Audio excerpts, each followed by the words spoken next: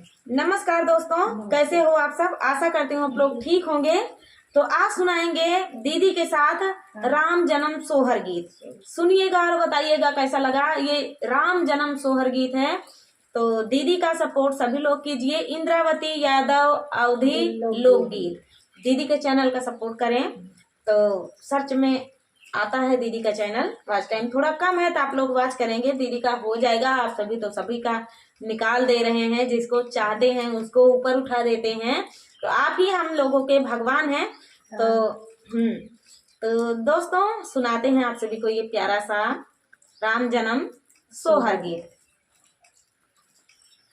सभवा में बैठे राजा दशरथ माना ही माना, सोचाई माना ही माना, सोचाई हो रामा नाही घर आए काहुला, लनवाता कैसे दीना कटिहाई त कैसे दीना कटिहाई हो रामा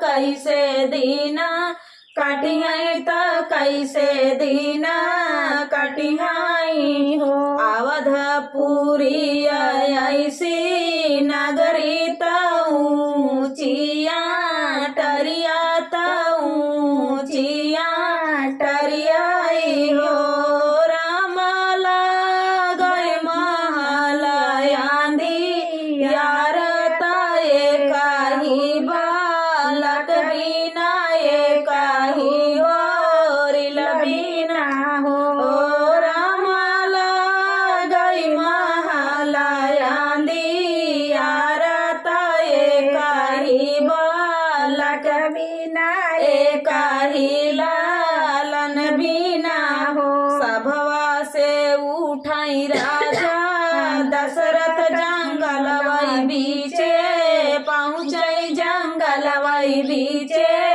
पहुँचाई हो राम जाई के पहुँचई गुरु द्वारे दुआरे रज करई दुआरे रज करई हो राम जाई के पहुँचई गुरु द्वारे दुआरे रज करई दुआरे रज करई हो।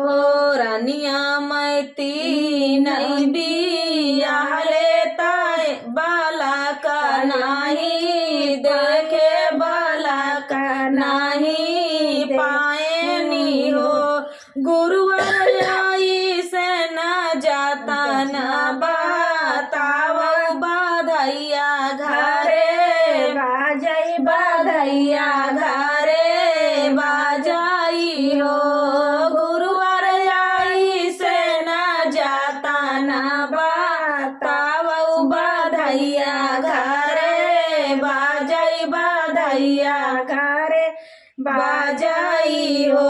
कुटिया से बोलाई गुरु बाबा सुना हो राजा दशरथ सुना हो राजा दशरथ हो राजा तू तो ये कया गेरा चावा बाला का मुँह देख ब्या बाला का मुना देख ब्याई हो राजा तू तो ये कया गेरा चावा बाला का मुँह देख ब्या बाला का मुना देख ब्याई हो।